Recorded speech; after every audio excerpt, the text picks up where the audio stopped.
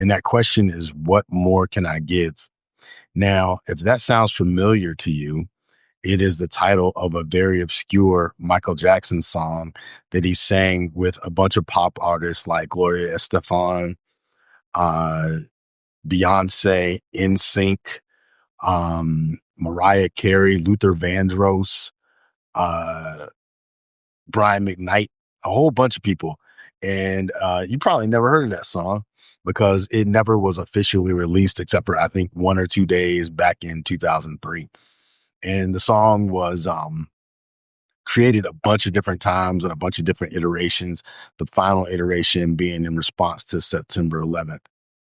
But for a bunch of different reasons, with his record company and all sorts of things, the song never really made it to the world. Neither did Todo Para Ti, which is the Spanish version of the song.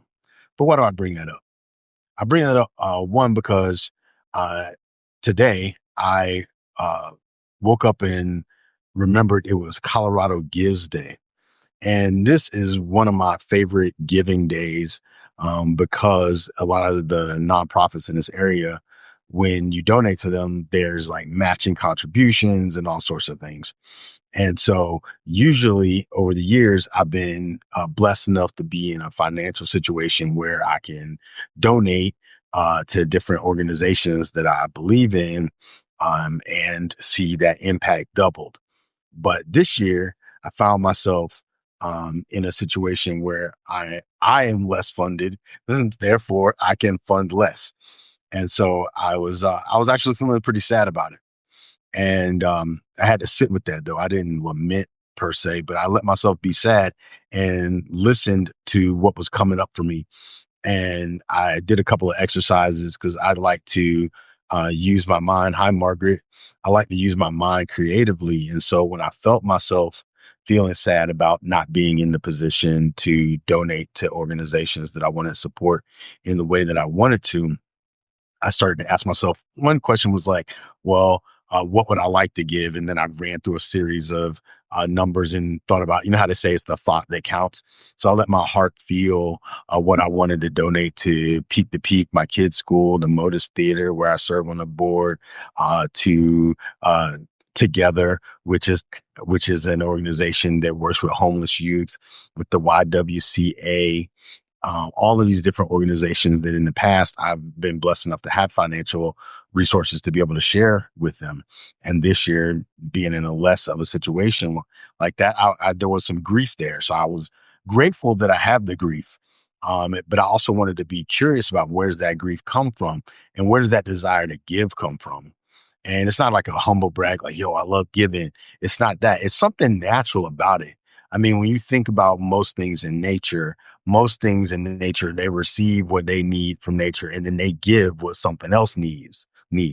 Like when I remember when I first learned that we got our oxygen from like trees and green plants, but we give our carbon dioxide out to them. And I thought, man, that is amazing. And there's so many things in our world that works that way.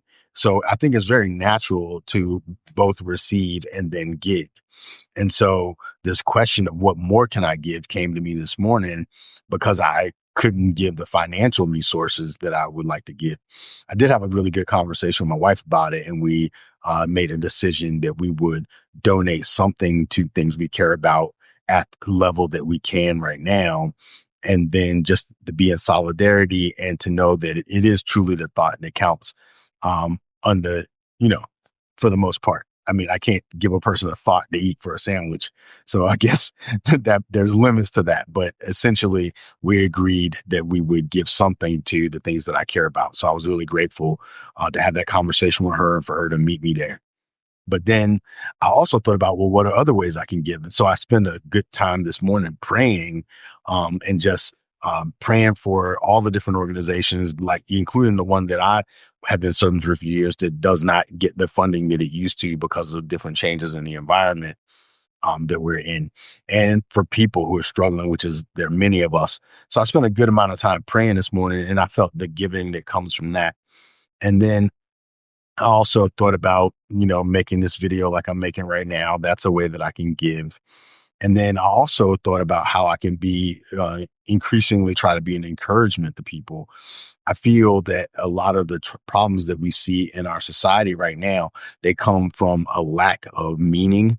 And if you read the post that I did earlier this morning, or I posted earlier this morning, is that many of us forget that we are actually meaning makers. That's what we do. And we look for things outside of us to give us meaning when we are the ones that bring meaning to those things. And so I started thinking, well, another thing I can give is to help people remember that they are meaning makers. So even though I was feeling a little bit of grief of not being able to contribute financially to some of the organizations I want to support, I was able to transform that through prayer, through conversation with my wife, through making this video, and other ways that I'll continue to try to make meaning out of this moment. I also do this prayer whenever I feel something that I'd rather not feel. I always go inside of myself and I pray for anyone else who might be feeling that feeling right now besides me. So I was just like, I pray for every person who would love to give but can't give at the level that they would want to. And I also got this really awesome feeling because there's a story in the Bible where this woman, they say she gives like two mites. It's like a denomination of money, and this other person gives all this money when they're doing an offering at the synagogue, or this other woman gives you two little, like almost nothings. And Jesus says that she gave more because she gave out of the little she had, whereas that person who seemingly gave a lot had so much more to give, but they didn't. They gave a teeny weeny amount out of what they had, and she gave an abundance out of the little that she had. And so I felt gratitude for being able to connect with that spirit, because I know that like the $5 or $10 that I can donate to somebody right now is what I can give. But it also feels good to know that teaching exists, that like when we give, because that comes out of the abundance of our heart, and the measure isn't always like the dollar amount or whatever the case may be, but the intent behind it. And so I feel gratitude for being able to connect with that. And it also reminded me of something super beautiful that happened to me several times, or happened in front of me, is when I was a pastor at this church in Boulder, which is a reasonably wealthy church. um, for 3 years, this woman came in on, I think it was like Easter. It was one of the holidays, Easter time. And she would put two pennies in the plate. And she looked homeless. I mean, I shouldn't judge people by their appearance, but she was dressed in a disheveled way. But she put two pennies in there. And the three times that I saw her do that, I almost started bawling uncontrollably, because I remembered that story from the Bible. And I was like, man, I didn't know if that woman went around and did that at other faith communities, or if that was a part of her calling, or whatever the case may be. But she showed up and dropped those two pennies in the plate. And it was a reminder of the spiritual import of us giving from our heart, and probably a rebuke for those of us who have plenty and don't share freely, which could be said for a lot of the people in our society right now. But I want to also add to this conversation this awareness that I think that many of the people who hoard resources and try to hoard power and all these things, that they actually are the poor. They are the empty. They are those that are lacking. They don't know they are, but they're so empty and lacking, I imagine, that they try to fill their lives with the hoarding of things, the hoarding of accolades, the hoarding of money, the hoarding of resources, the feel power. And it's all a failed attempt of trying to make their lives feel meaningful, because they also subscribe to this illusion that something outside of ourselves can give us meaning, rather than realizing that we bring meaning to the moments that we're in. And so when I ask myself that question, what more can I give? I can say with all honesty that I can give everything. I can give everything I have, because what I have is myself. What I have is my love. What I have is my imagination. What I have is my ability to learn from my mistakes and to grow. And if I take that awareness and I bring it to every moment I'm in. And I encourage other people to bring these things to every moment they're in. And that more and more of us start to see ourselves as beloved creatures with infinite imaginative capacity and learning how to use that imaginative capacity in service to ourselves, others, and the world, then that's all I got, you know? And I am grateful that for whatever reasons on the journey that I've been on for the past 50 years, that have been like many bumps in the road and heartbreaks and pain, but something beyond me always fills me back up, not outside of me, but within and beyond me. And I call that love. I call that God. I call that divine mind. And every day I get to learn more and more about what that means. And I get to share that with people. And even when I walk away, because I walked away from being a minister several times, I keep finding myself in these situations where I'm blessed to be able to remind people. And I'm grateful that whatever brings the lesson up, I'm grateful for it. And I'm grateful for those of you who are on this journey with me. Margaret, thank you for being here in real time. And for all of us who are on this journey, I know a lot of us have been told a lot of lies about who we are, what we're capable of, what our value is. But I want to tell you, I am telling you that anything that tells us that we are less than a beloved child of God that we are is a lie. And that may be a hard pill to swallow because it may be family that told us that. It may be churches that told us that.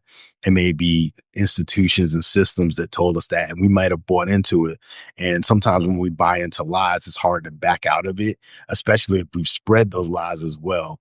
But I personally know, not just believe, but know that we can at any moment reclaim our identity in love and that we can do that wholeheartedly and we can invite other people into it. It is just a choice away. And it's not about joining a religion. It's not about going around and, I mean, obviously you can make amends if you want to, but it's about making amends with yourself first, forgiving yourself for believing lies and sharing lies. And as I said in a video that's attached to one of the posts I made, I think the most recent one, that we don't tell lies and believe lies because we're bad people. We tell lies and believe lies sometimes because we're innocent. We're like little kids who don't know any better sometimes. But there's opportunity to know better, to do better, to see better, to be better. And those opportunities are always around us. So I hope that this encounter, if you have this encounter with this video, that you look not just at what I'm saying, but look inside of yourself. Remember your innocence, remember your beauty, remember that you're loved, and remind other people. And yeah, when we wake up to these things, some people will be like, well, you're the jerk that hurt my feelings. You know, who do you think you are now to be loving yourself? How dare you love yourself? You know, we are more than the worst thing that we've done. We're more than the worst thing that's ever happened to us. We are more. And it's time that we get to know that, because as long as we don't know that, there's going to be people just there to manipulate us. And we don't deserve that. Even the craziest of us don't deserve that. We deserve to know ourselves as we are known, and we are known by love. We emerge from love. And what I have to give to you all in this moment is just a reminder of that.